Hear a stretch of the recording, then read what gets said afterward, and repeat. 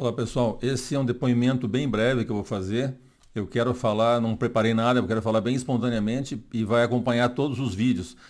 Na verdade, é para que a pessoa que esteja vendo os vídeos tenha em mente que não partiu de mim, né, o desejo de estudar esse assunto, de largar tudo que eu faço, né, e de fazer só isso, né, e de falar para o mundo isso.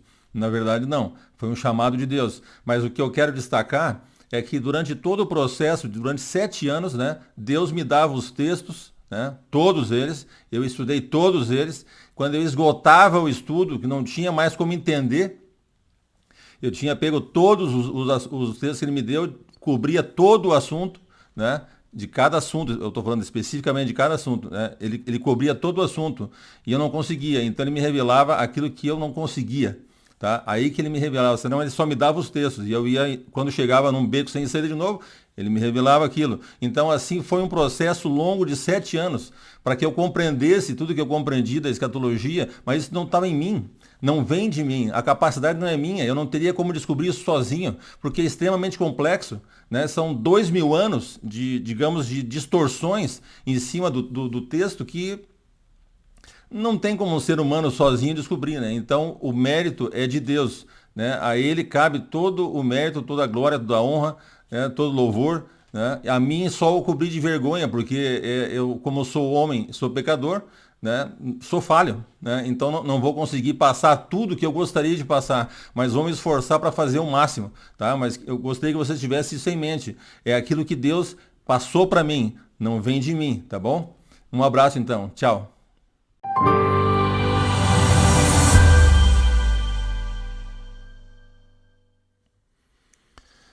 Olá pessoal, sejam muito bem-vindos no canal Oráculos de Deus. Meu nome é Carlos, para vocês que não me conhecem, e a gente fala aqui de escatologia, de é, profecias que falam sobre o final dos tempos, né? A volta de Jesus. Isso é o principal, né? Tem outros assuntos que a gente aborda, mas esse seria o principal. Então, se você achar legal, gostar, né? Considere se inscrever, dar o like, compartilha, enfim, porque isso ajuda o canal a chegar a mais pessoas, né? Os vídeos serem assistidos por mais pessoas, tá bom? Esse é o objetivo. Então, eu estava preparando um vídeo semana passada, e ele ficaria pronto e eu teria já passado esse vídeo, mas o problema é que antes surgiu um outro assunto, né, que eu achei interessante, me deparei com ele em várias ocasiões, até assisti um debate de dois teólogos. Tinha um teólogo que estava mediando e tinha dois teólogos debatendo um assunto que eu achei interessante, porque é muito mal compreendido. Aí, sabe, fiquei com vontade de explicar isso, mas aí de noite conversei com Deus e fui dormir, né? De manhã ele me deu o texto que estava sendo discutido no debate. Então, conversei com ele se eu devia parar. Enfim, eu tive que parar e fazer esse vídeo. Tá? Esse vídeo é sobre quebrando as maldições hereditárias. Na verdade, esse é o nome de um livro que eu peguei como base, né? Porque é um livro conhecido. Então, quebrando as maldições hereditárias. Né? Vejam, eu vou expor o assunto e explicar pela Bíblia, né, e pela ciência o que acontece quando entrou o pecado no mundo. Né? O que aconteceu, por que as maldições e como é que se resolve isso, biblicamente, né? Do ponto de vista de Deus, né? Não de um ponto de vista de um homem. Esse é o problema. Tá? Então vamos esclarecer esse assunto, que eu acho que é relevante, isso, compreensão, porque a gente entende uma série de outras coisas nesse assunto, é muito interessante. Então eu coloquei aqui o que está escrito na contracapa do livro, certo? Você pega a contracapa e tem esses dois slides que eu vou passar para vocês. Então, acompanhem comigo. Muitas famílias são marcadas por acidentes, enfermidades, vícios, separações, problemas financeiros, outros problemas que se repetem geração após geração, sem que haja uma causa lógica para tantas coincidências. Quebrando as maldições hereditárias, que é o nome do livro, né? Traz à luz as causas espirituais desses e outros problemas, apontando ainda o caminho para anular pactos malignos que pesam sobre os indivíduos, famílias e até cidades inteiras, conduzindo à libertação espiritual definitiva. É uma coisa impressionante, né? O que a pessoa pensa e acredita mesmo. O tema deste livro é de vital importância para os dias de hoje. Dias em que as famílias estão fragmentadas, escravizadas, sem rumo. Muitas famílias estão hoje necessitadas de luz e entendimento sobre a origem dos seus problemas. Então, a origem dos seus problemas que ele coloca não é a origem dos problemas nossos que a Bíblia coloca. É só isso. Aí, por isso que está tudo errado. Muitas vezes no trabalho de aconselhamento temos nos deparado com situações complexas, inexplicáveis, que se arrastam por anos e anos e só serão solucionadas mediante a quebra de maldição familiar. Tá? Então a gente vai ver que isso, na verdade, não existe, né? Mas, enfim, é colocado, muda o nome das coisas, né? Aquilo que a Bíblia fala que é o problema, que são as maldições, são os pecados e tal, aquilo tem uma solução na Bíblia. Eles dão outro nome e põem outras soluções. Fantásticos. Né?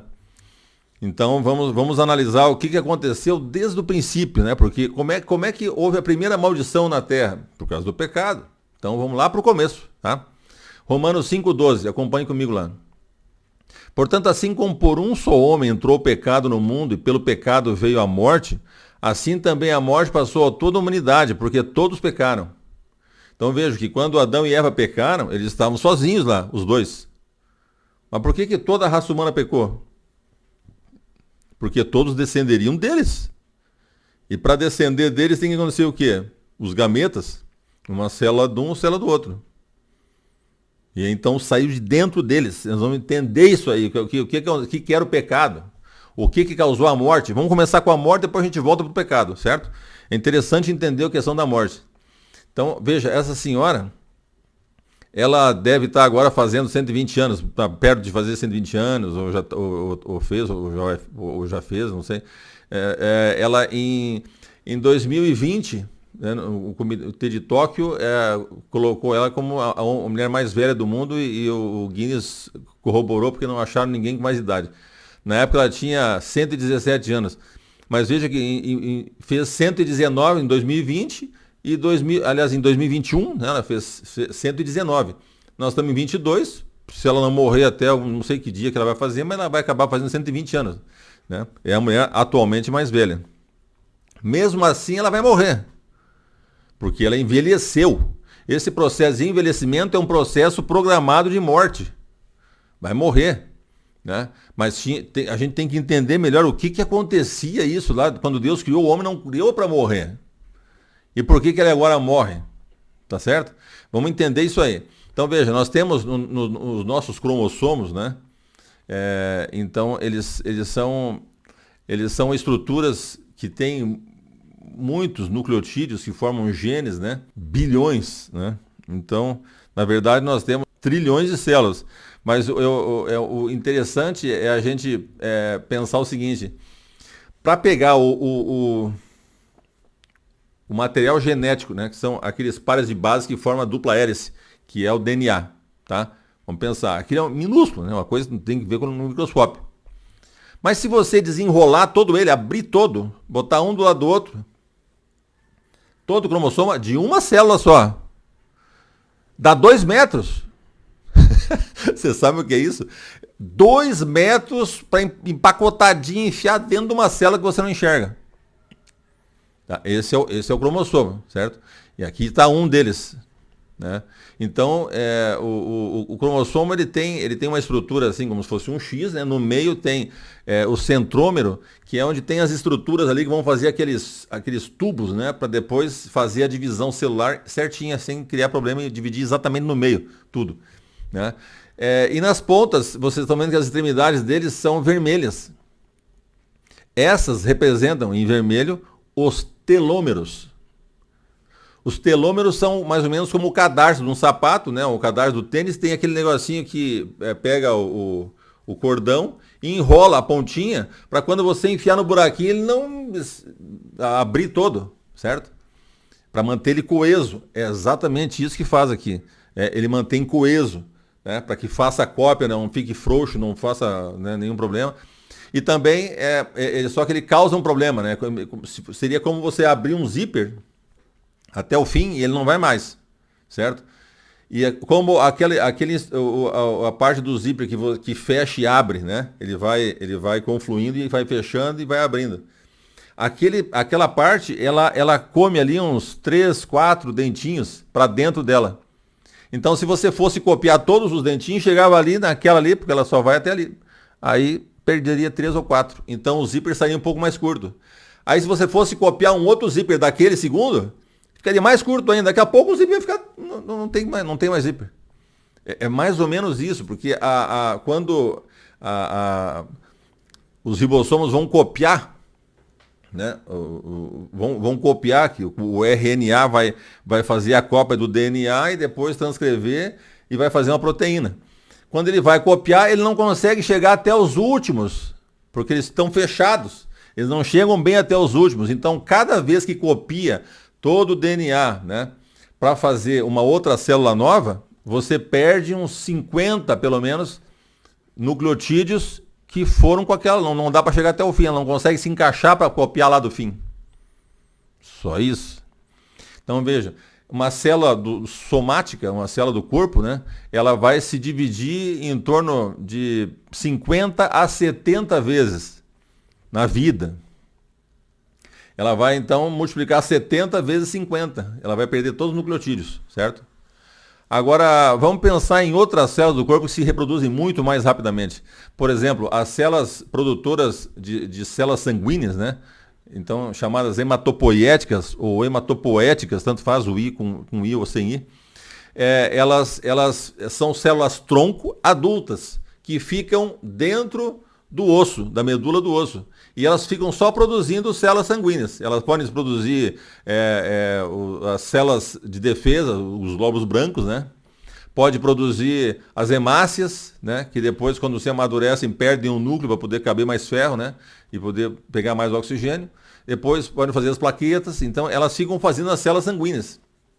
Mas para a gente ter uma ideia, as células somáticas, lembram que elas durante a vida, elas repetem, elas se multiplicam 50 a 70 vezes. Vamos colocar uma por ano, uma média, certo? Uma por ano. Aí veja o que acontece com as células hematopoéticas. Elas produzem novas células por dia, numa média de 1.011 a 1.012 células por dia. Sem parar, a vida toda. É uma coisa absurda. Como é que essas células conseguem fazer tanta reprodução e não encurtar rapidinho e morrer? Porque aí tem um outro detalhe, né? Tem a telomerase. As telomerases, elas são, digamos, como se fosse uma transcriptase reversa que tem em alguns no HIV, por exemplo, no vírus do HIV, né? Ela é uma proteína que tem um DNA ali, certo? E esse DNA, ele vai lá e faz uma cópia do DNA, o RNA, faz uma cópia para DNA e ele repõe o DNA que perdeu quando você não conseguiu chegar no final da telomerase. Ele repõe, ele corrige isso. Então a telomerase vai ficando maior de novo. Vai encurtando e ficando maior. Ela vai sempre controlando para que ela não encurte. Isso tem um limite, né? A vida toda. Mas vai chegar um momento que ela não vai também conseguir controlar tanto essa perda da telomerase ali que vai acontecer o envelhecimento. Isso é interessante. O telômero vai encurtando e vai ficando mais. A célula vai envelhecendo até morrer. É ele que conta. É o telômero. A telomerase, digamos, ela corrige isso em algumas células que tem que reproduzir muito.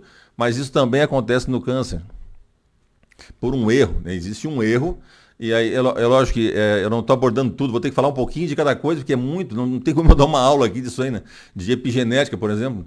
Mas o que acontece? Se você, por exemplo, um gene que está expresso, né? E esse gene, ele tem que ficar inativo, e de repente ele é expresso. E ele é um gene que vai causar um câncer, né? E aí o gene que vai produzir a proteína para proteger o câncer, para não deixar conseguir o câncer, esse está inibido. Pronto, é um erro. Inibiu o que tinha que estar expresso e expressou o que devia estar inibido. Sai o câncer.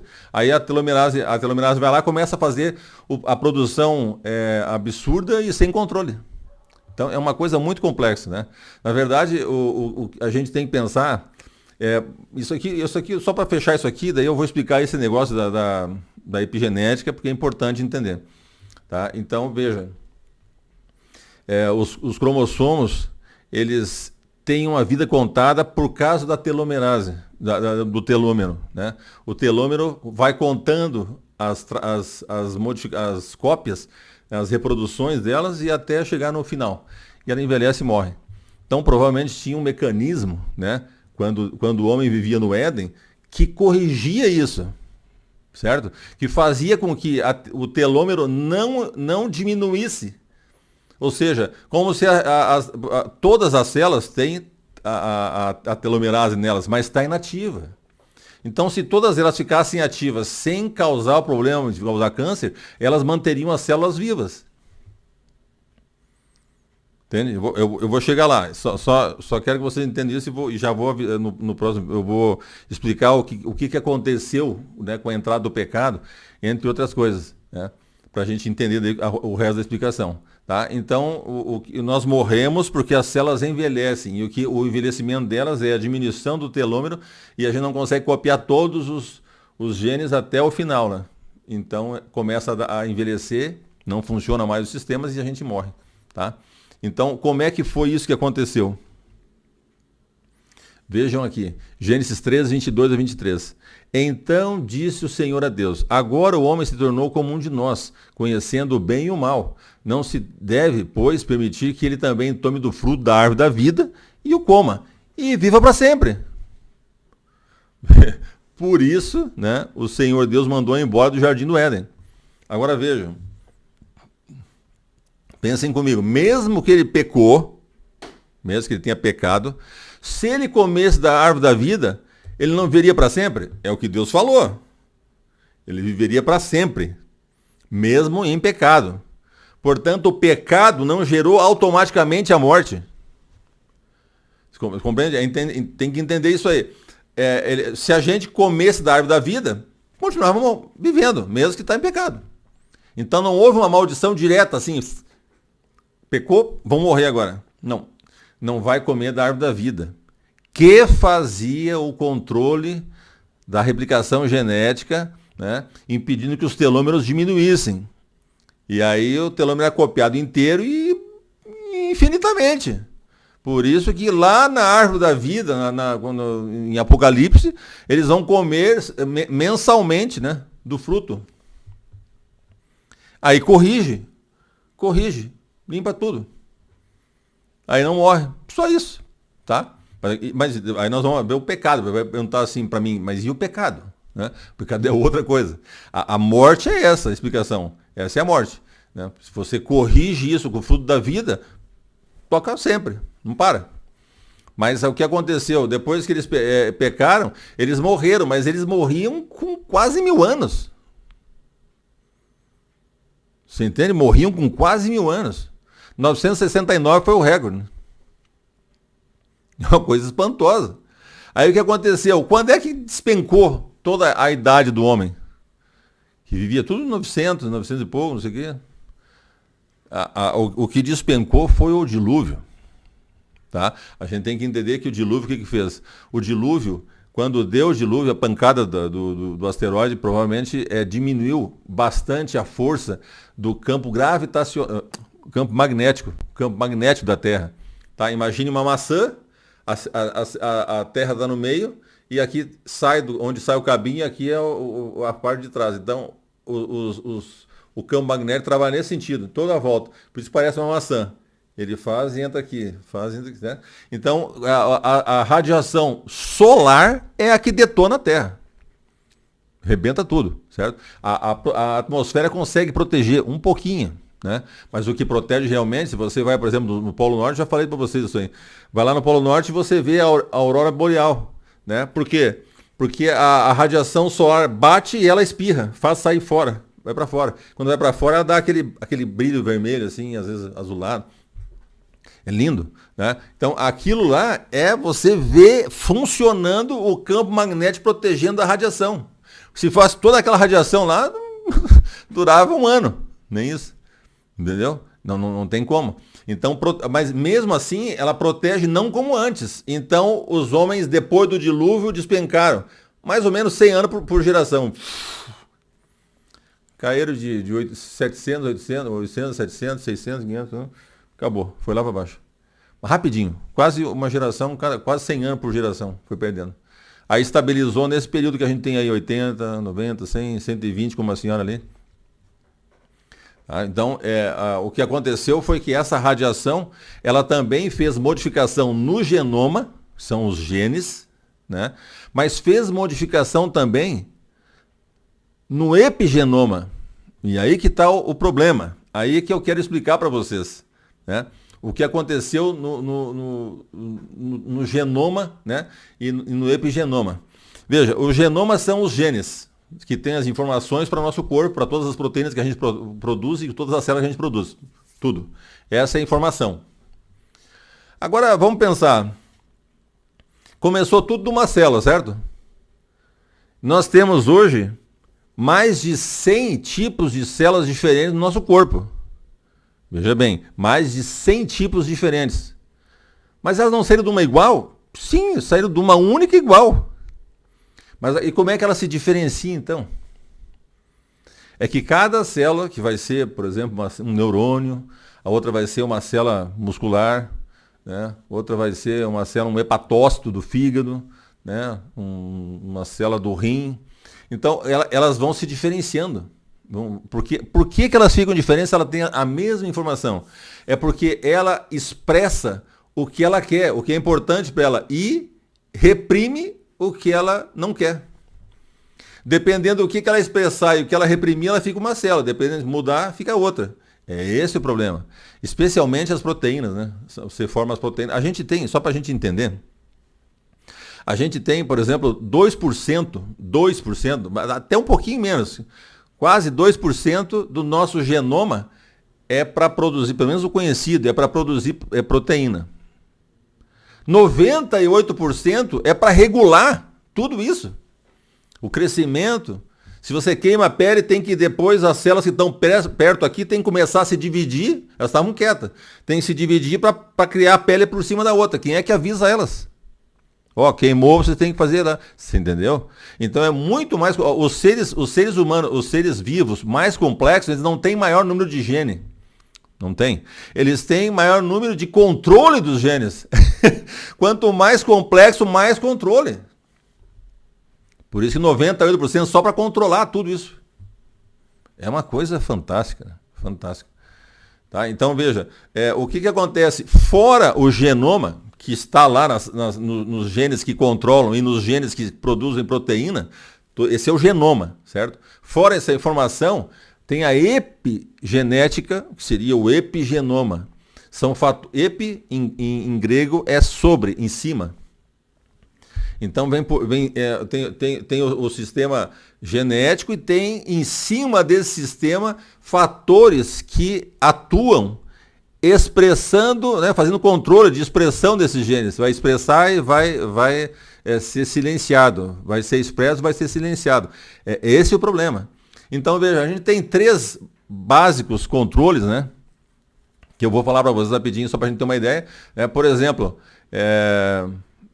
a gente tem uma das formas de você fazer esse controle, por exemplo, o mais simples, né?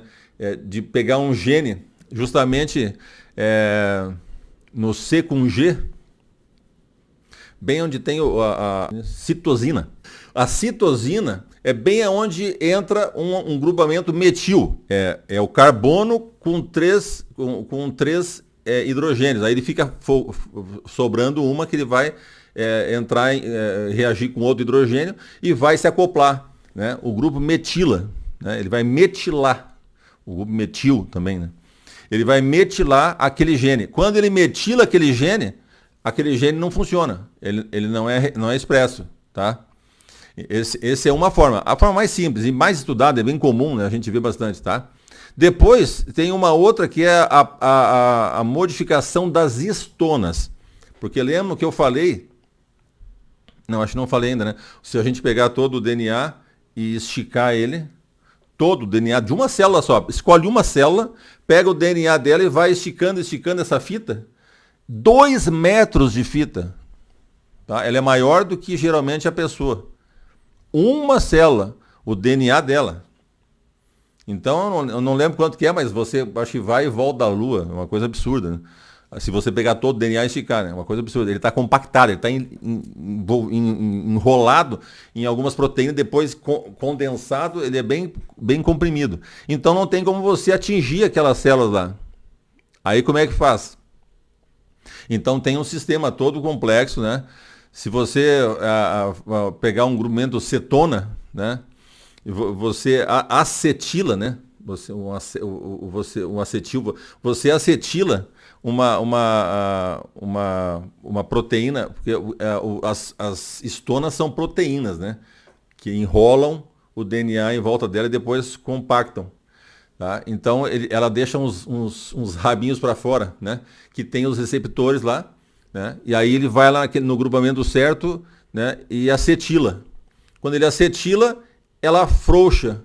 Ela está compactando, mas aí ela perde um pouco a afinidade, ela dá uma afrouxada. Quando afrouxa, dá para poder mexer no gene ali para ver se vai ativar ou não. Então, quando é para ativar, por exemplo, daí nesse caso, um grupo metil que inativa, normalmente, na histona ele estimula, ele faz ela ativar o gene. É esse o problema. É todo complexo, né? Só estou falando algumas coisas, porque tem outras coisas que ainda fosforilar, dá para acontecer também, né? Ubiquitinas, tem um monte de coisa, né? Então é muito complexo o controle para poder mexer nesses genes, qual que está expresso, qual que está inibido. Você consegue mexer nisso, até com alimentação, com exercício físico, com tomar sol, com tranquilidade, ou então estresse, ou com dormir pouco, ou dormir muito, enfim, comer demais, comer coisas que não são saudáveis, enfim, tem várias coisas. Tá? E isso você pode mexer nesse controle de expressão. E a terceira forma seria com RNA. RNA a gente não tem só 2 tipos, né? Nem 3. A gente tem dos principais, mais conhecidos, são 9. Tá? São vários tipos de RNA. Então o microRNA e o RNA maior, eles também mexem nisso. O microRNA é uma terceira, digamos assim, via de segurança, tá? Se uma proteína vai ser, por exemplo, expressa e isso vai trazer problema, então tem uma série de passos que o corpo vai fazer para metilar, para fechar, para não deixar acontecer. Mas se por acaso ela acontecer, não deu, nem as histonas conseguiram segurar, por acaso deu errado, e aí aquele DNA formou um RNA, aquele RNA vai fazer proteína. E quando ele vai fazer a proteína, ainda tem a terceira via, então, de segurança, que é um microRNA, vai e encaixa nele e ele não consegue copiar. Acabou. Inativou o RNA mensageiro que ia fazer a cópia. Certo? Então, esse é o problema. Tem um outro mecanismo, tem vários mecanismos para manutenção da saúde, não é o contrário. Mas a gente, né, enfim, o mundo ficou diferente, radiações e tal, e a gente não cuida da saúde, né? Então, a coisa, lógico, que complica, porque tem como mexer nesses sistema de controle dos genes. Isso chama-se epigenética. Por isso você pode, com a tua alimentação, morrer antes. Né? Com o uso de droga, álcool, cigarro. Você sabe que você modifica a expressão de genes com cigarro, com álcool, com droga. Você modifica. Então você está modificando teu genoma. Vai passar para a tua prole. É esse o problema. Vai passar para a prole. É isso que a gente vai entender. Eu já vou mostrar para vocês, tá? É esse o negócio. Quando você expressa um gene, não é só para você. Provavelmente vai passar para a prole. Eu vou explicar melhor isso aí, tá? É interessante isso. Tá? Então, quando aconteceu a questão da morte, tinha vários fatores envolvidos. A morte, porque não estava comendo a árvore da vida e o controle da telomerase do telômero ficou ruim, certo? Essa foi o motivo, mas era bem digamos, lento, né? Durava mais de 1000 anos. Depois do dilúvio, aí despencou rapidinho, hoje é 100 anos no máximo, né? 80, enfim.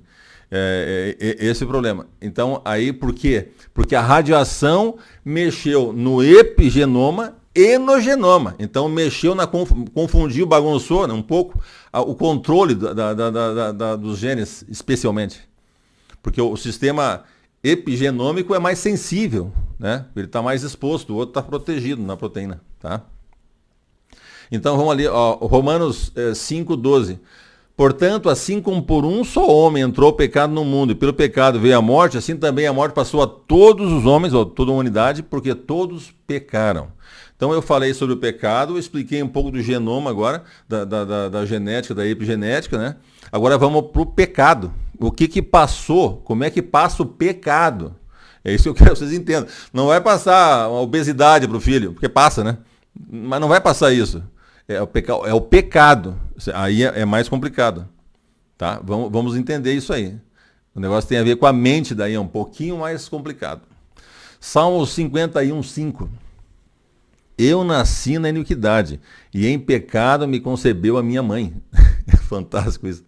Ele está descrevendo, você nasce em pecado. A mãe, quando concebe, passa o pecado para o filho. Como é que funciona isso? Tá? Então vamos ver, a coisa é tão sutil, né, que é possível você passar o pecado. Você passa, na verdade, a tendência para esse pecado. Compreende? A pessoa depois tem uma tendência enorme de usar droga e usar álcool e não sabe por quê. Porque tem vários fatores, né?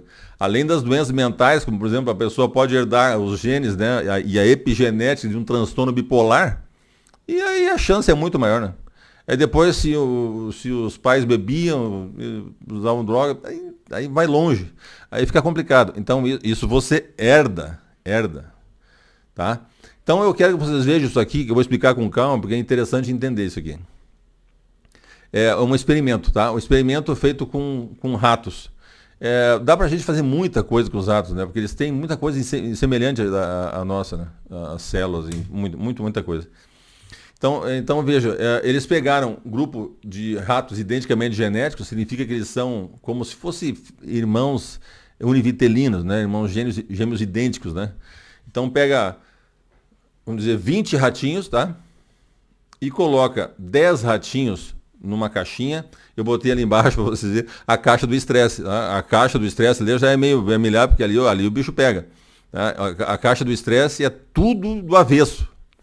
E a caixa azulzinha ali, que é azulzinha esverdeada, aquela é um paraíso, né? É o paraíso, porque os bichinhos estão tudo ali aquecidinho, não tem calor, tal, tem luz só na hora certa, somzinho só na hora certa, comidinha à vontade para todos eles, rodinha para andar, espaço tranquilo, tudo certinho. Então tudo vai normal, certo? Os mesmos ratinhos que tinham todos eles tranquilos foram colocados 10 nessa caixinha boa. E os outros 10, eles foram coitados por uma caixinha ruim. A caixinha do estresse. O que vai acontecer? A caixinha do estresse é apertada, não tem lugar para fazer exercício, eles não têm, às vezes, escassez de comida, de água, né? Som toda fora de hora, acende a luz no meio da noite, vira um inferno. Coitado vira um inferno. Tá? Essa caixinha vai estressar muito esses ratinhos. Mas mesmo assim eles reproduzem, né? É instinto. Então, quando eles reproduzem, tanto os ratos que estavam no paraíso ali, nas uvas esverdeadas, vão para outras caixinhas, né? Como vocês vão ver agora, olha, elas foram para a segunda caixinha, que é a segunda geração. Primeira caixinha, primeira geração, tá? São os pais. Segunda geração são os filhos. Então, os filhos que davam na caixa do estresse, eles vão para a caixinha boa também. Mas veja que está escrito estresse lá. A caixinha é boa, mas eles estão estressados. Não interessa que a caixinha é boa. Eles foram criados na caixinha boa, mas estão estressados porque herdaram isso. E na primeira caixinha boa, vai para a segunda, continuam todos eles tranquilos, tá? Então, na segunda caixinha ficaram os filhos. Agora, botando mais 2 caixinhas. Na terceira caixinha ali, você vai ter a mesma distribuição. Você veja que o estresse está um pouco menor agora, que é o da terceira geração, né? A terceira caixinha é a terceira geração. Então, o primeiro estava estressado, porque a caixinha era estressante, a vermelhinha, rosado lá. Aí o estresse foi igual para a segunda, diminuiu um pouquinho na terceira. E aí, depois da terceira, dificilmente passa alguma coisa, mas se deixar, algumas coisas acabam passando um pouquinho para a quarta geração lá. Tá?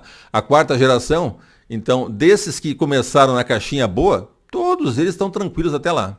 Mas começou estressado, continuou estressado na segunda caixa, pouquinho menos na terceira e bem menos na quarta. E depois, se botar a quinta caixa, aí já não tem mais estresse. Isso se todas as caixas, notem que depois da caixa estressante, todas as outras caixas são iguais, são boas.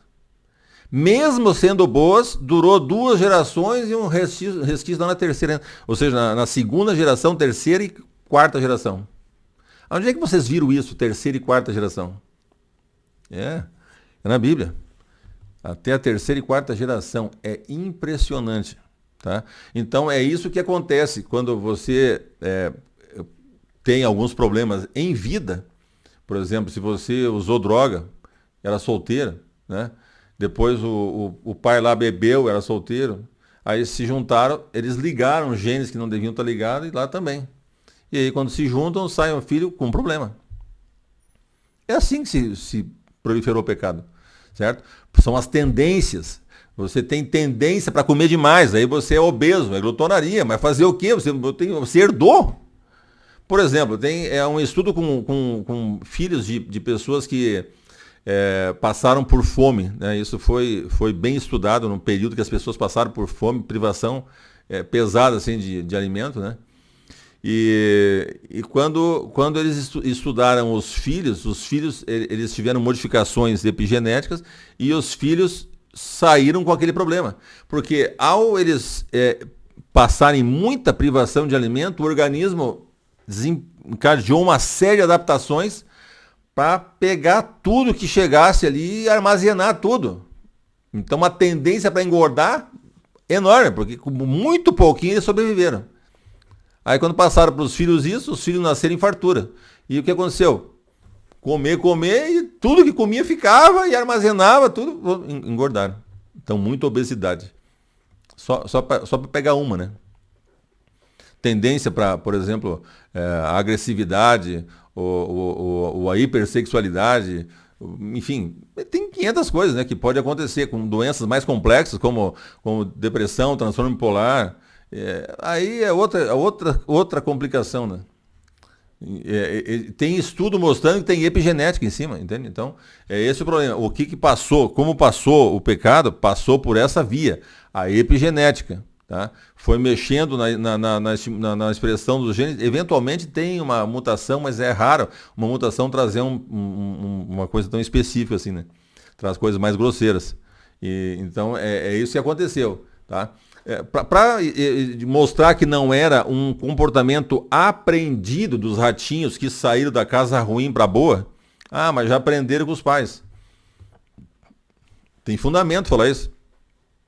A gente tem o chamado neurônio espelho. Foi em 2004 que primeira vez que eles estudaram isso em símios, né, em macacos. Depois foi para o ser humano e é uma coisa fantástica, porque o animal, ou o ser humano, tem a capacidade de ler, né? Ele lê um contexto, por exemplo, uma paisagem, né? E vê se tem algum risco, se não tem. Uma pessoa está vindo, a forma como ela anda, a expressão facial, os gestos, né? Se aquilo é ameaçador, se é engraçado, se é amistoso, né? Então ela lê isso. E se ela vai dançar num lugar, ela não sabe dançar, mas daqui a pouco ela está mexendo, tá olhando os outros e vai fazendo igual, porque você tem isso. Nós temos aqui no meio da nossa cabeça, para frente é o córtex frontal, né? Então bem aqui no meio tem uma faixa. No meio da cabeça tem uma faixa que a parte da frente da faixa é o córtex motor, tem como se fosse um homem. Todo o nosso corpo é mapeado aqui, né? Então você pode achar onde é o pé, onde é a perna, então, onde é o braço, onde é a cabeça, onde é a boca, tudo você vai achando, você vai estimulando e vai achando. Quando eu fazia estimulação magnética transcraniana, né? Eu pegava para achar o lugar que eu queria, tinha que mexer só o adutor curto do polegar. Então eu achava no cérebro da pessoa bem esse ponto. Você sabe exatamente onde você está, né? Entende? Então, nesse córtex motor, pré-motor, ele tem os neurônios espelho. E também aqui nos parietais, né? Então ele consegue olhar e ler a situação. Então mesmo os animais, você pega, por exemplo, um cachorro, ele olha para você e ele sabe se você tá brava com ele, se você vai tratar animal, tratar bem, ele tem uma ideia sobre isso, né? A gente é muito mais aguçado, né? Então esses neurônios espelho podia fazer com que o ratinho aprendesse dos pais e ficasse estressado junto, olhando eles. Mas não é assim. O que eles fizeram? Vários estudos, né, fazem isso. Eles pegam os filhotes dali, um filhote ou dois, e troca para uma outra rata, né, que está num ambiente bom. Certo? E aí, ao passar do tempo, aquele pequeno, entre os outros que estão todos bem, está todo mundo tranquilo, ele está estressado. Ele carrega o estresse, ele tem estresse dentro dele e vai passar para o filho dele. Tá? Isso é epigenética. Os genes são os mesmos, mas acontece que ele tem gene expresso que não devia estar expresso e vai para a prole. E se não fizer nada, vai durar 3 ou 4 gerações, né? Que é o neto ou o bisneto. Então, pessoal, aqui no Salmo 51:10, a gente tem um conceito interessante, né? Cria em mim, ó Deus, um coração puro e renova dentro em mim um espírito inabalável. Não, será que é possível reverter alguma dessas alterações? É possível. Né? É possível até com terapia. Você consegue reverter alguns quadros, né? fazer metilação ou desmetilar ou fazer qualquer outra coisa. Você consegue mexer na expressão gênica só com terapia, se for bem adequada a terapia. Você pode fazer isso com medicamento, né? O mais famoso, por exemplo, seria o lítio, né? A gente sabe que o lítio, por causa dos mensageiros, do segundo mensageiro, que é o que desencadeia dentro do neurônio, né? Ele consegue inibir a apoptose, que é a morte cerebral. E ele faz uma regulagem crônica, né? Ou seja, a vida toda, quando você toma ele como estabilizador, por exemplo, num quadro de transtorno bipolar, né? Compreende? Que é um quadro complexo, extremamente complexo. Tá? Então, com um único medicamento, você consegue também fazer modificação na expressão gênica. Isso é muito importante. Ele é o melhor estabilizador do humor. Ele seria um estabilizador completo. E além disso, ele também faz uma proteção neuronal, como eu estava falando, né, de evitar a apoptose. Então ele tem um efeito interessantíssimo assim, em neuroproteção. Inclusive, ele demonstrou que é capaz de, em uso crônico, evitar com muita potência o Alzheimer. Tá? Não vou contar agora, seria um estudo, enfim, só para ter uma ideia, ele pode prevenir o Alzheimer. É uma coisa fantástica esse remédio, fantástico, né? Usado com o diagnóstico correto, mesmo que não tenha esse problema, com dose menor, pode se prescrever para evitar um Alzheimer, né? Mas isso é outra história, aqui não tem nada a ver com psiquiatria, eu estou só falando porque faz parte do meu trabalho, né? Então, quando a gente pensa no transtorno bipolar, é extremamente complexo, mas ele também tem modulação, né? É epigenética. E a gente consegue interferir na modulação epigenética com tratamento medicamentoso, com terapia, né? E todas as outras coisas, em segmento longo, né? Consegue fazer uma modificação disso. Então é possível reverter algumas coisas. Então vou contar um caso que eles conseguiram fazer em laboratório. Eles pegaram um grupo de ratinhos, né? E se deixa na gaiola de metal, sabe como quando você põe o passarinho na gaiola, tem aquela parte de grade em cima, né? E depois embaixo tem onde vai a sujeira. Então a gradezinha eles ficam pisando ali, né, no metal. E você dá um choque e espirra ao mesmo tempo um spray. Eles fizeram com um cheiro de flor de cerejeira. Até chique, né? Flor de cerejeira. Então, e dava o choque. Botava e dava choque. Fizeram várias vezes isso. Então eles associaram aquilo a um risco. Na verdade, quem faz a leitura disso e coordena todo o sistema de alarme, né, são as amígdalas cerebrais. Mas não dá para falar nisso agora, né? Isso foi o assunto. Memória emocional foi o assunto da minha dissertação de mestrado. Então, o que acontece? Eles fizeram isso e deixaram os animais, associaram completamente o cheiro da cerejeira com o choque, que é muita dor para eles, é muito ruim. Então, eles ficaram modificados para sempre, eles modificaram e passaram para a prole. Os filhotes deles e os netos, quando expostos ao cheiro, eles tinham muito estresse. Não sabiam exatamente por que estava acontecendo, mas tinham estresse, eles ficavam estressados, eles, com muita ansiedade, compreende? Veja, de um negócio que aconteceu lá com o progenitor e com o avô. Entende? Então você vem com várias coisas que você não entende em você, mas isso pode vir de gerações antes, né? É uma coisa muito complexa. Aí o que eles fizeram? Eles dissecaram o cérebro daqueles ratos que ficaram com sensibilizados, e eles tinham mais neurônios que nasceram para reconhecer aquele cheiro, né, no bulbo olfativo deles. Então aumentou o número de neurônios. Você veja que o bulbo olfativo é um dos lugares que mais cresce neurônio, né, junto com o hipocampo. Então aumentou o neurônio só para aquilo, e é especializado para sentir aquele cheiro.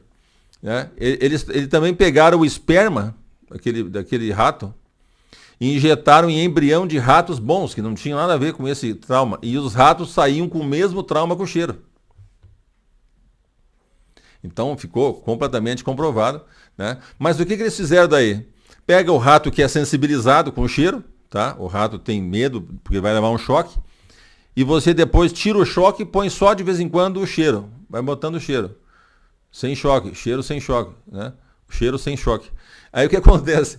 Ele vai percebendo que, isso aí, novamente, são as amígdalas que orquestram isso, né? Percebe que não está tendo mais risco e baixa um pouco a guarda. Então eles perdem aquele estresse todo e já não passam mais para outra, porque daí se você fizer continuar a prole, eles não vão passar mais aquilo para outro. Então é possível você, num tratamento, digamos, psicoterápico, com medicamento, tudo, você tirar uma coisa que está ligada em você e desligar isso. E aí não passa para a prole. Mas quem que vai pensar nisso, né? Quando você está lá bagunçando, quando é jovem, não tá nem aí, depois tem filho e depois vai ver o que aconteceu, né? É assim que é a nossa vida, né? Então, como passaria então o pecado? O pecado é um conjunto de alterações que a gente tem, emocionais e comportamentais e também fisiológicas. Por exemplo, você tem muita vontade de comer, né? Então você vai acabar comendo demais e estragando a tua saúde. Isso faz parte do pecado, né? Você tem uma vontade, a primeira vez que bebe álcool, parece que você está no paraíso, porque teus progenitores, talvez os teus avós, já fizeram isso, bebiam, né? Então bebia, era viciado, ele alterou a genética. Então você, quando sente aquilo, nossa, é o céu. E outra pessoa gosta de fora, porque é horrível. Gosto de álcool é horrível, né? Mas você já gosta, já de cara. Então você herdou. Esse é o problema. Vamos pegar um transtorno bipolar, por exemplo. O transtorno bipolar é extremamente complexo, né? A pessoa, por exemplo, ela tem momentos de ativação e momentos de depressão. Quando ela está para cima, que é euforia, pode ser mania, hipomania, que é mais baixo, e mania mais alto, pode ser o nome que for, né? Mas a pessoa está eufórica. Então, o que acontece? Ela, nesse período, ela tem mais energia, então ela faz mais coisas. Ela tem uma pressão para falar, porque o cérebro está acelerado, ela pensa um monte de coisa, fica mais impulsiva, ela pensa e faz, fala dia e noite, liga para todo mundo, e faz e fala, e fica mais corajosa e já briga mais fácil também, já entorta tudo ali, fica mais complicado, entende? Então essa pessoa também fica com uma hipersexualidade, aquilo fica a flor da pele. Então veja o desastre disso. Fica com uma sensação de que pode tudo, inclusive comprar o que quiser, depois dá um jeito, pagar, dá um jeito. Aí se endivida, né? Compra um monte de coisa, se endivida tudo. Né? Então, isso estou botando algumas coisas, né? São algumas coisas da parte da euforia, né? No transtorno bipolar, mas tem a da depressão, que daí todas aquelas coisas da depressão que eu não vou falar e até chegar na tentativa de suicídio ou no suicídio. Enfim, é um desastre, né? Porque a pessoa sobe e desce, ela bagunça tudo em cima e não tem mais sentido embaixo, e bagunça tudo em cima, né? Fica naquele vai e vem, né? Imagina então você nascer num lar assim, crescer com isso e ter também isso, e aquilo vai embora. Então fica muito mais difícil você controlar, né? Você olha para a Bíblia e fala, não, não vai fazer isso, não vai fazer aquilo, não vai fazer aquilo. Mas para você é dificílimo. E para outras pessoas parece que aquilo é normal. Porque já está há gerações, tudo redondinho, tranquilo. Né? Esse é o problema. É o pessoal que fica na caixinha que é o inferno e tem pessoal que fica na caixinha boa. Esse é o problema. É esse o problema. Então, Deus sabe disso. Então, Ele pode fazer alguma coisa. Então, tem situações, né, em que você nasceu de uma forma, né, com características genéticas e epigenéticas, principalmente, né, terríveis. Né, e você fala, não tem solução para mim. Tem. Deus consegue fazer isso. Por isso que aquelas coisas mais improváveis de alguém virar uma pessoa decente, né, acontece com uma conversão. Mas conversão, né? A pessoa morreu para o mundo, acabou. Ela nasceu para Cristo, é outra coisa, ela é guiada por Cristo. Aí sim, Deus regenera isso. Porque ela não tem culpa, né? Teoricamente, de ter essa tendência. Das escolhas, sim. Então Deus dá a chance. Venha cá que eu vou mudar você. Então por isso que o Davi fala, né? Cria em mim, Deus, um coração puro. Ele fala aqui, eles falam que o coração era às vezes como mente, às vezes como emoções. As emoções estão na mente também, né? Então, enfim, estava na mente ali, né? Muda a minha mente, né? Eu quero que tenha uma mente diferente, né? Renova dentro de mim o espírito inabalável, ou seja, eu quero desejar uma coisa, planejar uma coisa, me comprometer com aquilo e depois não mudar mais de ideia. É isso que ele está falando. Não muda mais. Deus está controlando. Porque, na verdade, quando você se converte, o que você faz dali para frente não é mais você, é o Espírito, se você se converteu de fato. Então, as obras são do Espírito, não são tuas. Por isso, a gente não salva pelas obras. Nossas obras eram só desgraça. Né? A gente salva pelos frutos do Espírito. Ele opera em você as obras. Essa é a maravilha. Então, a maldição que Deus deu, só Ele tira. Compreende? Tem coisas que só Ele tira. Né? E Ele vai tirar. Mas Ele vai tirar a tendência para o pecado, de fato, todas elas, só quando Ele te der uma vida nova. Ele limpa todos os teus genes, né? Ele limpa toda a epigenética dos genes e alguma mutação que tem e deixa tudo zerado. E aí você come da árvore da vida. E você vai mantendo a tua vida. Tudo redondo, né? Na vida eterna. Isso aqui não funciona assim, né? Então, Gálatas 3:13 fala assim, ó, Cristo nos resgatou da maldição da lei, fazendo-se Ele próprio maldição no nosso lugar, porque está escrito, maldito aquele que for pendurado no madeiro. Então, como é que Ele resgatou da maldição da lei? Por que a lei é maldição? Não, tem que entender isso aí. A lei, ela aponta o pecado. A gente só sabe que aquilo é pecado porque está escrito na lei. É como Paulo falou, se não soubesse que não podia... por exemplo, ter um determinado pecado, eu não saberia. Se a lei não falasse, se aquilo era pecado, como é que ele ia saber, né? Entende? Então, se a pessoa tem o conhecimento da lei, aí ele fica culpado se ele pratica o contrário que a lei está mandando. Mas nós temos como fugir disso? Não tínhamos. Então aí vem Cristo. Cristo nos resgatou da maldição da lei. A lei está apontando, nós estamos tudo condenados. Tá? Mas ele resgatou da maldição da lei, fazendo-se ele próprio maldição. Como é que ele se fez maldição? Tornou-se homem, viveu entre nós, em nosso lugar. Porque está escrito, né? Então quando ele foi morto na cruz, ele adquiriu o direito de perdoar aqueles que voltarem-se para ele e deixarem que ele faça esse processo. Ele adquiriu o direito de perdoar. E também de exercer juízo sobre aqueles que rejeitarem. Pronto, ninguém pode falar nada. Né? Os que vão estar feridos, os que vão tem que ficar quieto, porque ele venceu. Acabou. E ofereceu de graça para todos. Então, se não quis, tem que pagar. A pessoa quer pagar, paga, né? Sem problema. Tá? Então, o que acontece na compreensão, né? O pecado é essa tendência que nós herdamos, que são essas modificações epigenéticas, especialmente, algumas genéticas, mas mais epigenéticas, né? Nós herdamos, vem de pai para filho, de filho para neto e vai embora. Né? Então, essas coisas vão ser tiradas só no final. Agora, ele consegue fazer você vencer, e se você vencer em vida e ficar grudado nele, o tempo suficiente, aquilo murcha. E aí você se livra, pelo menos basicamente, daquilo. Se você voltar ao pecado, volta tudo, lógico. Né? Você já tem o caminho lá no cérebro, é igual droga. Tá? Fica 20 anos sem usar, se chegou a primeira vez que usou, caiu tudo de novo. Perdeu todos os 20 anos. Certo? Veja em Ezequiel aqui, ó, Ezequiel 20, 11, 21 e 22. Dei-lhe os meus estatutos e lhes fiz conhecer os meus juízos, pelos quais o ser humano viverá se os cumprir. Como assim? Quer dizer que se você cumprir, você está salvo? Vamos ler o 21. Mas também os filhos se rebelaram contra mim e não andaram meus estatutos, nem guardaram meus juízos, pelos quais o ser humano viverá, se os cumprir.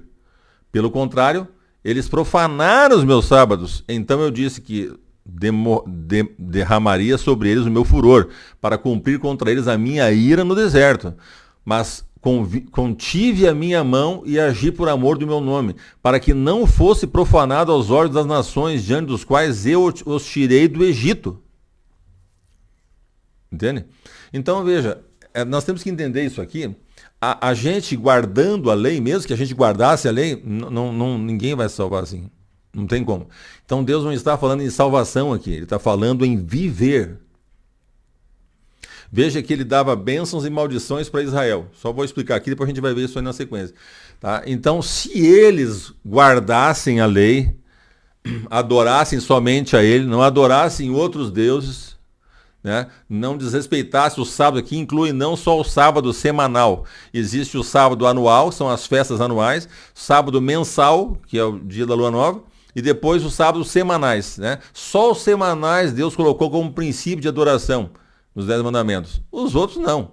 Mas eles eram importantes, porque como que você se aproxima de Deus sendo pecador para não morrer? Lá estava a lei cerimonial, todas essas festas, todos os rituais, tudo pronto, para você chegar perto dele e não morrer. Tá? Então veja, o que ele está falando é que se você cumprir a lei, você não mata, não rouba, não diz falso testemunho, não pega a mulher do teu próximo lá, não desonra o nome de Deus, não adora outra imagem. Se não fizer isso aí, você viveria. Deus daria bênçãos na colheita, não deixaria ninguém invadir. E ficava tudo redondinho, a caixa bonitinha, a caixa boa, a caixa azulzinha esverdeada. Tudo uma maravilha. Mas o que eles faziam? Adoravam outros, bagunçavam tudo, cobrava juros do outro, escravizava até os próprios irmãos ali, foi aquela confusão. Aí não dava.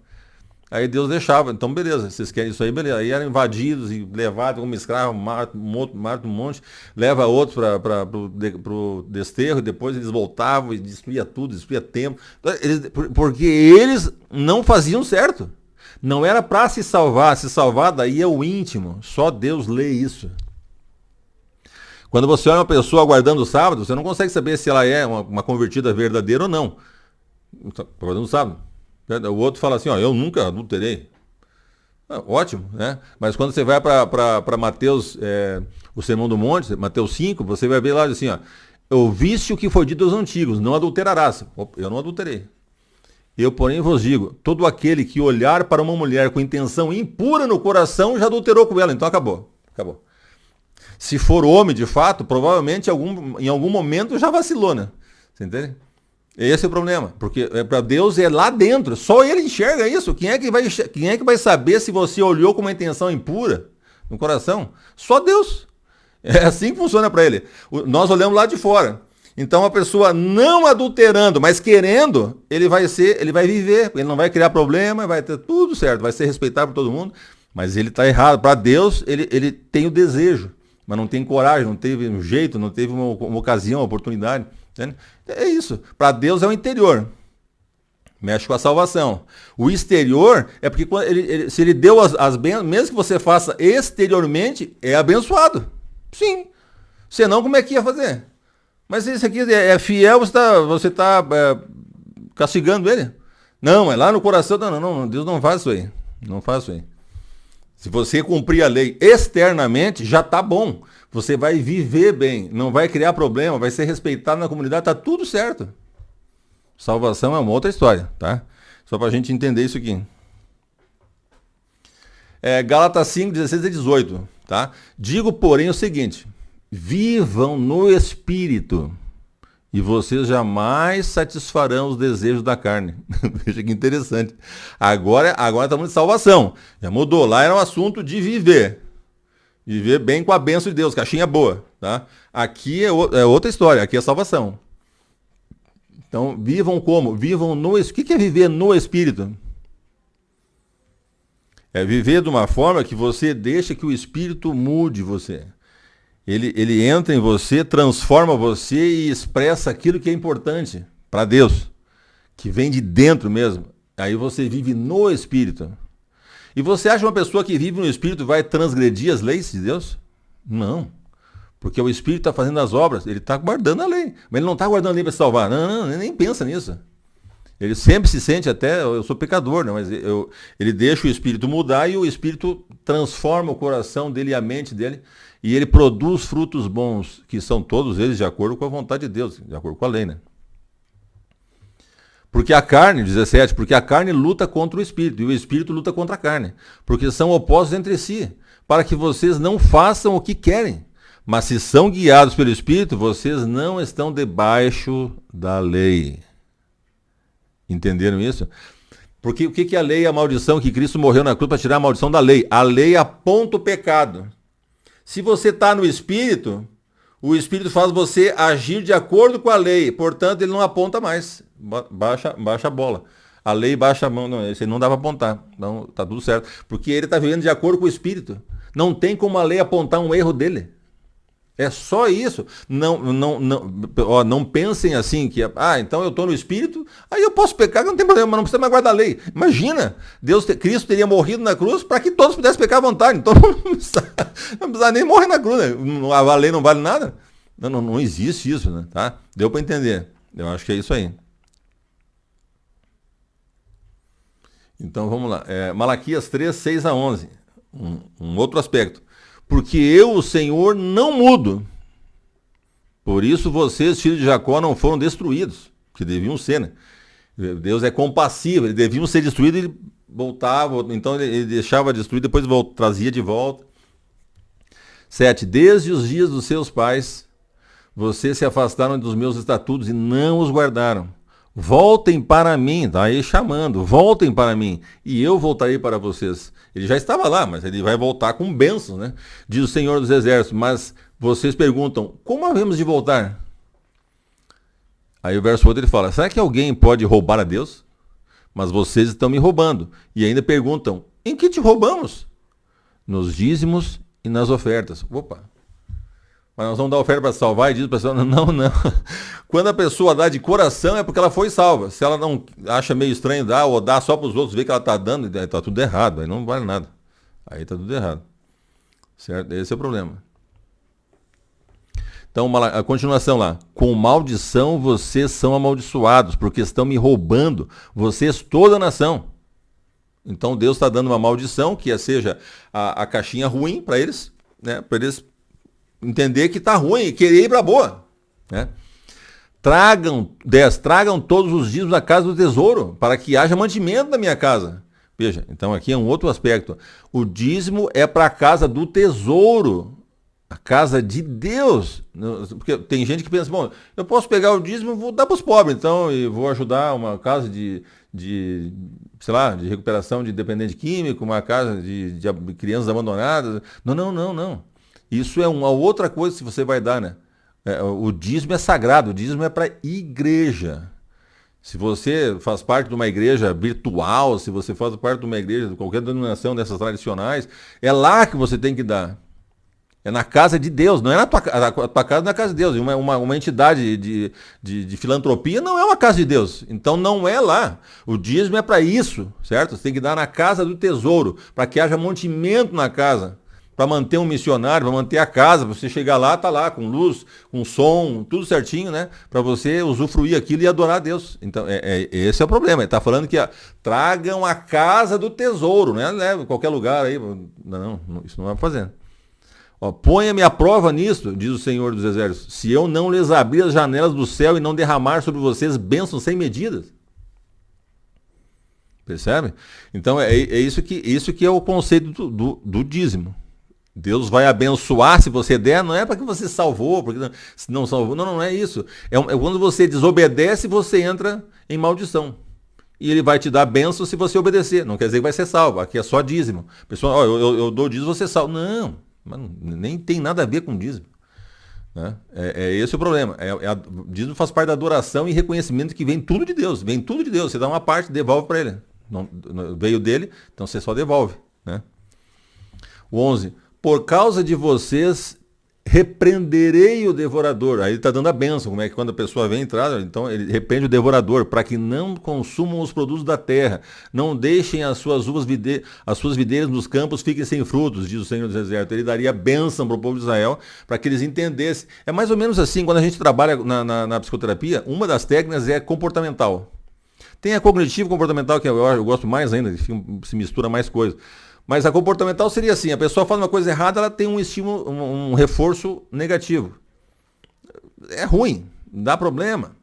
Aí quando ele fala um negócio certo, ele só tem reforço positivo. Todo mundo elogia, dá presente e tal. Então a pessoa começa a aprender que eu vou fazer só essas coisas porque eu só ganho coisa boa. Lógico, o inteligente sim, tem alguns que tem algum problema de inteligência, eu acho.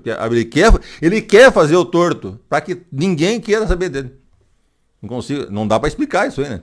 Mas tem aquele que quer fazer o contrário. Mas se você fizer isso aí, com qualquer pessoa, até com as crianças, até um animal, você faz isso. Você condiciona ele sempre que fazer as coisas corretas, porque ele quer a coisa boa que você dá quando ele faz a coisa correta. Só isso. Malaquias 3:13 e 4:13. Então vamos acabar até o final lá agora. Eles serão a minha propriedade peculiar, naquele dia que preparei, diz o Senhor dos Exércitos. Eu os pouparei como um homem poupa seu filho que o serve. Mas vamos ver qual é naquele dia que preparei. Então a diferença, porque a diferença vai ser assim, né? O que adianta a gente adorar a Deus e servir a Deus se a gente sofre e os que rejeitam a Deus ficam melhor que a gente, tem tudo que querem? E tentam a Deus e escapam e não acontece nada, parece que eles, já não viu isso? Se olha uma pessoa que é o avesso, não quer saber de Deus, faz tudo errado, bagunça tudo e tá forte, firme, rico, bonito, tal, tá tudo certo. Alguma coisa tá errada. Não é aqui que você vai ver a diferença vai ver lá, né? Então, naquele dia que eu preparei, é aquele dia da grande tribulação. Porque a grande tribulação fecha na volta de Cristo. Né? Aí naquele dia você vai ver, o 18, então, naquele dia, né, vocês verão mais uma vez a diferença entre o justo e o ímpio, entre o que serve a Deus e o que não serve. Pois eis que vem o dia queimando como fornalha, todos os soberbos e todos os que praticam o mal serão como palha. O dia que vem os queimará, diz o Senhor dos Exércitos, de modo que não lhes restará nem raiz nem ramo. Vai ser exterminado. Malaquias, aí os últimos 2 versos. Mas para vocês que temem o meu nome, nascerá o sol da justiça, trazendo salvação nas suas asas. Vocês sairão e saltarão como bezerros soltos na estrebaria. Vocês pisarão os ímpios, pois eles se farão cinzas debaixo das plantas dos seus pés, dos pés de vocês. Naquele dia que preparei, diz o Senhor dos Exércitos. Falando para Israel especificamente aqui, né? Se aplica um pouco para nós, mas fala para Israel quando eles forem atacados e eles vão virar cinza lá, vão pisar por cima dos cadáveres. Isso até em Isaías 66 fala que quando eles saírem, vão adorar a Deus, quando sair, tá tudo os cadáveres lá, né? Porque vai ser grande o desastre, né? Enfim, naquele dia dá para ver certo a diferença, quem é justo e quem não é justo. Esse é o problema. Hoje talvez não dê. Certo? Então, 1 Pedro aqui, 4, 12 a 16. 12 embaixo aqui. 12. Amados, não estranhem o fogo que surge no meio de vocês, destinado a pô-los à prova, como se alguma coisa extraordinária estivesse acontecendo. Então veja, quando a gente estiver sofrendo com alguma coisa terrível, né, aquilo foi destinado por Deus para nos pôr à prova e fortalecer nossa fé. Tem gente que fala assim, aumenta a nossa fé. Isso é um serviço teu. A fé é a única coisa que você pode fazer. Você vai pedir para Deus, então dá a fé também. Então, dá a fé, dá tudo, né? Não tem como. Ele fortalece a tua fé com as provações. Veja bem. O 13. Pelo contrário, alegrem-se na medida em que são coparticipantes do sofrimento de Cristo. Porque qual é o sofrimento de Cristo? Ele sofreu porque ele era um malfeitor? Não. Sofreu, fazia tudo correto. Então ele sofreu injustamente. Se você sofre injustamente, Senhor, mas eu sou teu filho. Sim, por isso mesmo. Você vai fazer igual eu, faço tudo certo, e as pessoas vão ter ódio de você. Tá tudo certo. É isso mesmo. Então você vai sofrer como Cristo sofreu. Por isso que Paulo falou, é um privilégio sofrer por causa de Cristo. E morrer é lucro. Né? Aí acabou. Certo? 14. Se são insultados por causa do nome de Cristo, vocês são bem-aventurados. Porque o Espírito da glória, que é o Espírito de Deus, repousa sobre vocês. Porque pelo fato de vocês adorarem a Deus, são perseguidos. Então aí é a glória para o cristão. Certo? Essa deve ser a glória para o cristão. 15. Que nenhum de vocês sofra como assassino, ladrão, malfeitor, como que se mete na vida dos outros. Olha como é que ele misturou aqui. Assassino, ladrão, malfeitor com aqueles que se metem na vida dos outros. Você veja a gravidade. Veja a gravidade. 16. Mas se sofrer como cristão, não se envergonhe. Pelo contrário, glorifique a Deus por causa disso. É isso que tem que entender. Quando existem situações em que você sofre por causa de Cristo, mas aí chega alguém e fala para você assim, olha, isso aí é um demônio familiar que está perseguindo a família tua, entende? Nós temos que expulsar esse demônio, sendo que é Deus que está fazendo aquilo ali, né? É plano de Deus que você passe pelas tribulações por ser fiel a Deus.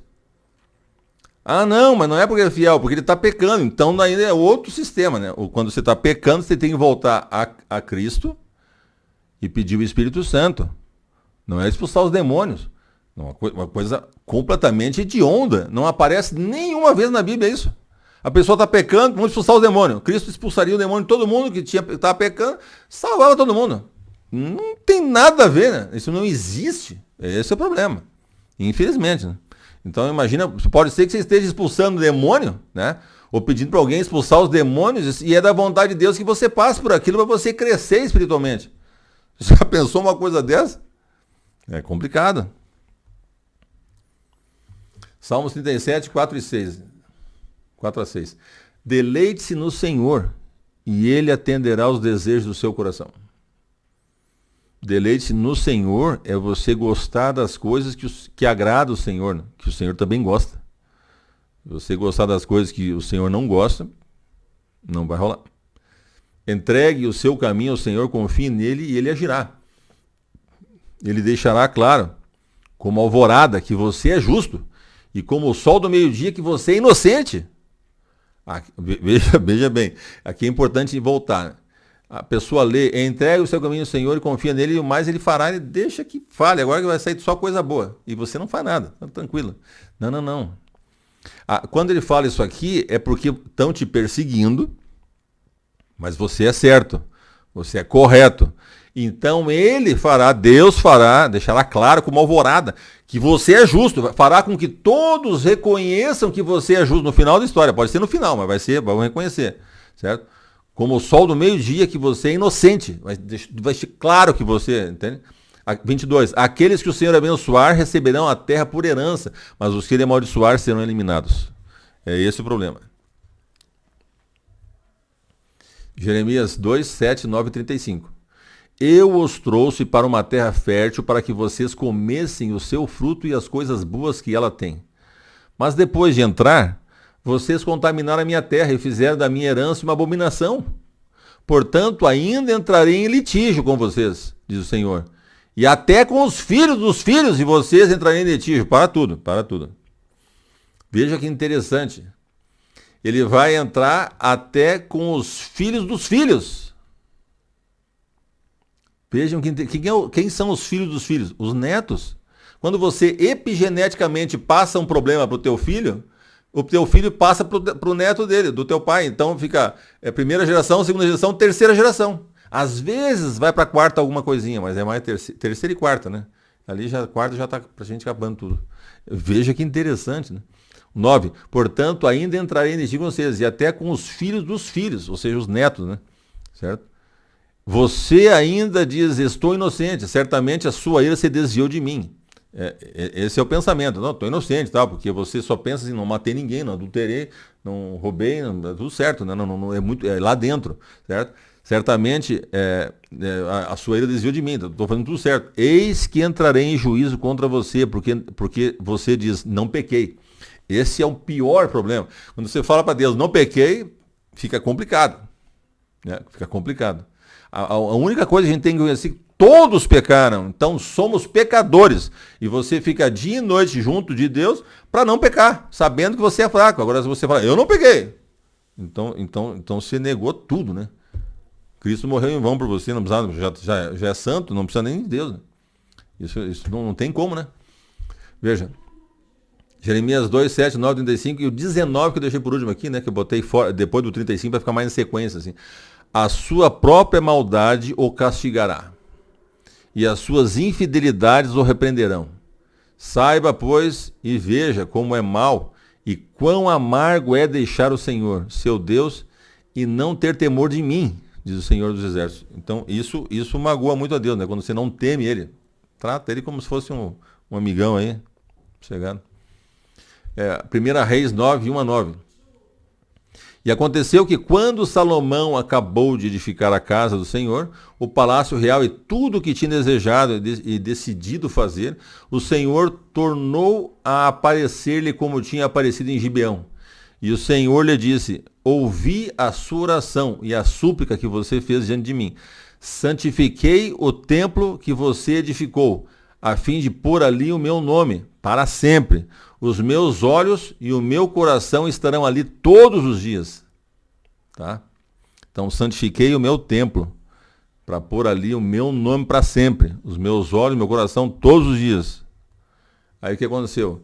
Se você andar diante de mim, Deus falando para Salomão, se você andar diante de mim, como fez seu pai Davi, com integridade de coração e com sinceridade, fazendo segundo tudo o que lhe ordenei e guardando os seus estatutos e os seus juízos, também confirmarei o trono do seu reino sobre Israel para sempre. Prometi a Davi, seu pai, dizendo, nunca lhe faltará sucessor ao trono de Israel.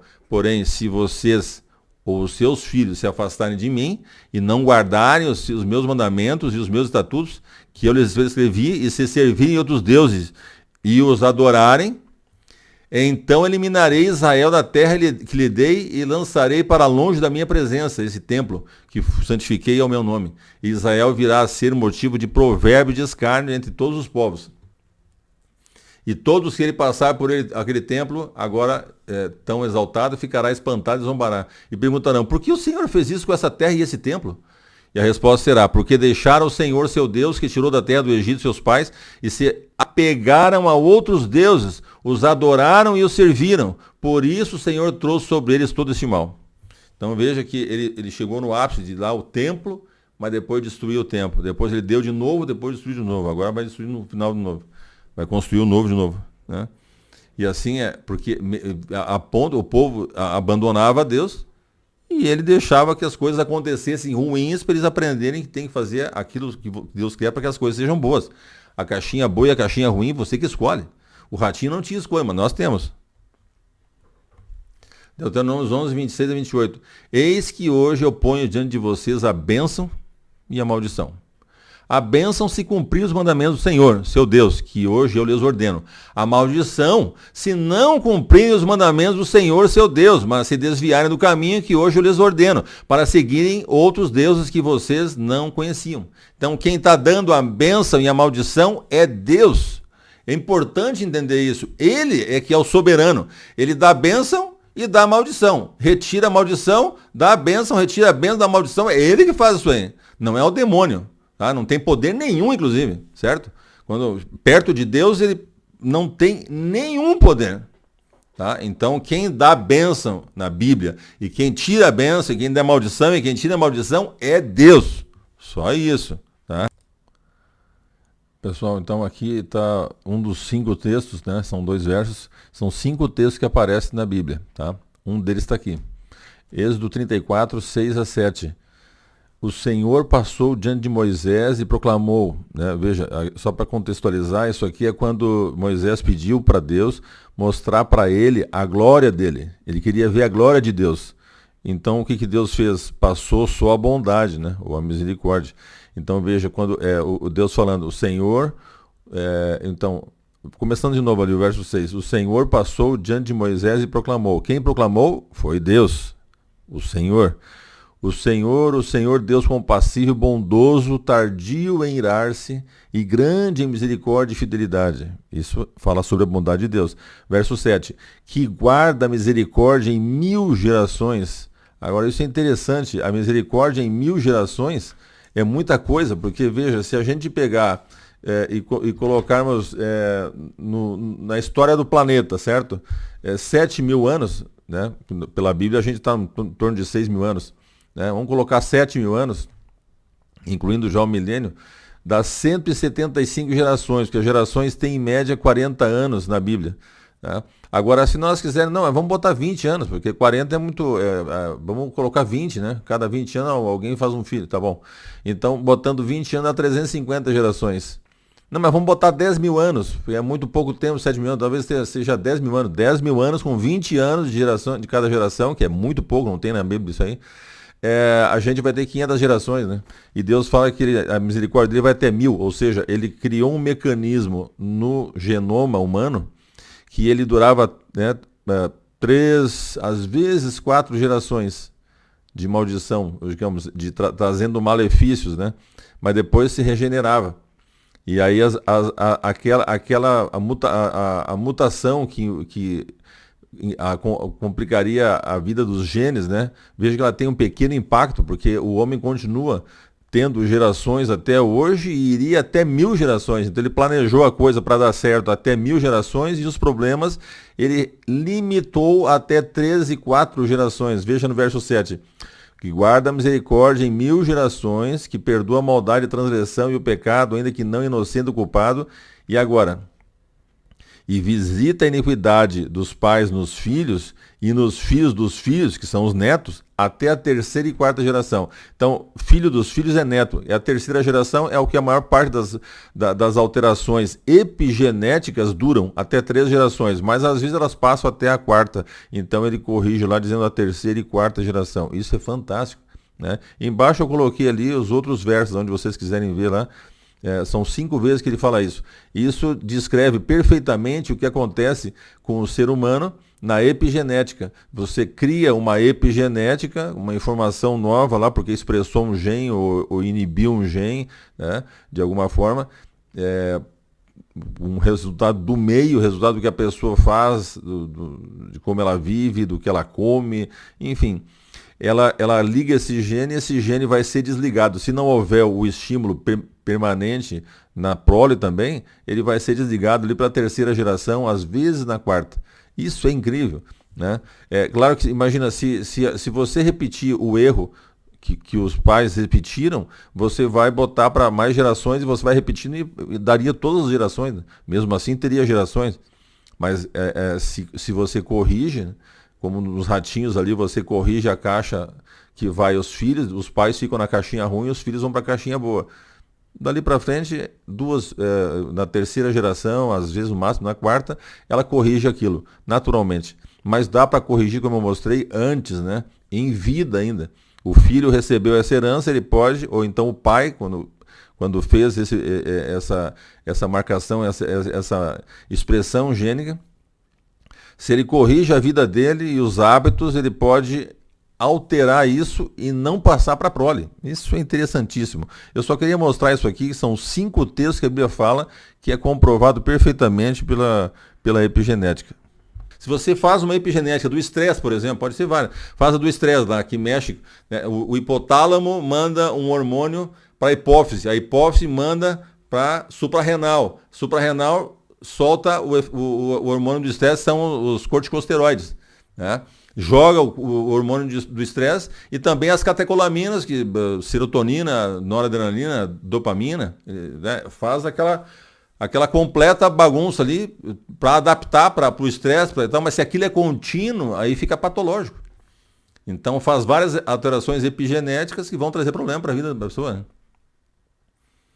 Entende? Então, quando você faz isso, você gera um estresse e gera modificações genéricas da expressão do gene. O gene está lá, todos eles. Mas expressa gene que não pode estar expressado e inibe gene que não pode estar inibido. E aí vai até a terceira e quarta geração, né, às vezes, do ratinho, que foi estressado. E é o que acontece com a gente. É isso que aconteceu no pecado. No pecado, a nossa vida diminuiu, o impacto maior foi no dilúvio. Mas você veja que antes duravam 1000 e poucos anos. E se comesse do fruto da vida, corrigiria a questão do telômero, né? E eles não morreriam, viveriam eternamente. Então não existia o que eu quero, não é uma coisa mágica. O que seria? A morte veio sobre nós. Né? É uma coisa que tem a ver com o telômero, que controla a idade da célula. E ele provavelmente era normalizado, né, sempre, de mês em mês, com a árvore da vida. Porque se eles continuassem comendo, mesmo em pecado, viveriam. É só isso, tem que entender isso. Não aconteceu nada mágico, né, quando pecaram, mas é que a mudança, o estresse do pecado e aquela maldade que surgiu na mente deles, já passou o primeiro filho deles, já matou o irmão, assassino. Compreende? Então a maldade, ela vem rápida. O que tinha que acontecer com o pecado não é milhões de anos e aquilo, e passando um para o outro, não. É só isso. As alterações epigenéticas acontecem na primeira geração e vai até a terceira, às vezes a quarta. Pronto. E sai. Se você botar na caixinha boa. Mas se a caixinha for ruim sempre, não sai mais. Fica o ruim, 50 gerações. Tem que botar a caixinha boa. Esse é o problema. Então alguém tem que escolher, mudar de vida, fazer tratamento e tal, e as coisas vão se acertando e melhora dali para frente. Entende? É esse o problema. Então não tinha nada de mágico. Não, se a gente pensar na mente dessas pessoas, é tudo o diabo. O diabo está botando não sei o que, maldição e tal, uma bênção. Né? Quem põe as bênçãos e tira as bênçãos, quem põe as maldições e tira as maldições, é Deus. Quem permite, se ele vai fazer isso, vai fazer aquilo, é Deus. Certo? Então você só vai direto para Deus, né? Não tem que preocupar com o resto. O resto é detalhe. Agora não tem, como a gente viu aqui, você está em desacordo com o que Deus fala, aí você quer a bênção, você fala, mas por que vai querer a bênção? Não, isso aí ofende a Deus, né? Tá? Então o que eu queria passar para vocês era isso, né? A epigenética associada à genética explica por que o homem morreu e por que o homem passa de geração para geração coisas ruins, né? Que criam naturalmente tendências para o pecado. Fantástico isso, né? A Bíblia nunca falha. Aqui também queria mostrar para vocês o texto que fala da nova terra. A nova terra, de acordo com a Bíblia, né, vai ser quando Deus acabar, erradicar completamente com o pecado e o mal, e estabelecer o seu trono aqui na terra. Então, nessa nova terra existirá uma cidade chamada Nova Jerusalém, e nessa cidade existe uma coisa interessante que a gente estudou hoje. Né? Vamos entender. Verso 1, Apocalipse 22, verso 1. Então o anjo me mostrou o rio da água da vida, brilhante como cristal, que sai do trono de Deus do Cordeiro. 2. No meio da praça da cidade, e de um lado e outro lado do rio, está a árvore da vida, que produz 12 frutos, dando o seu fruto de mês em mês. Portanto, mensalmente as pessoas vão comer do fruto. E as folhas das árvores são para a cura dos povos. Também está envolvida nessa manutenção, né, do genoma e da expressão correta dos genes, né, ou seja, do epigenoma também, principalmente, para que tudo vá bem. Então as pessoas serão eternas. Lembra-se que a gente leu que lá no Gênesis, Deus teve que expulsar, né, e não deixar que o homem tivesse acesso à árvore da vida, porque mesmo tendo pecado, ele viveria para sempre caso comesse do fruto da árvore da vida. É só isso. Tá? Daí verso 3, nunca mais haverá qualquer maldição. Nela estará o trono de Deus e do Cordeiro. Os seus servos o adorarão. Coisa fantástica. Então agradeço a vocês até agora me ouvindo, né? Um abraço e até a próxima. Tchau.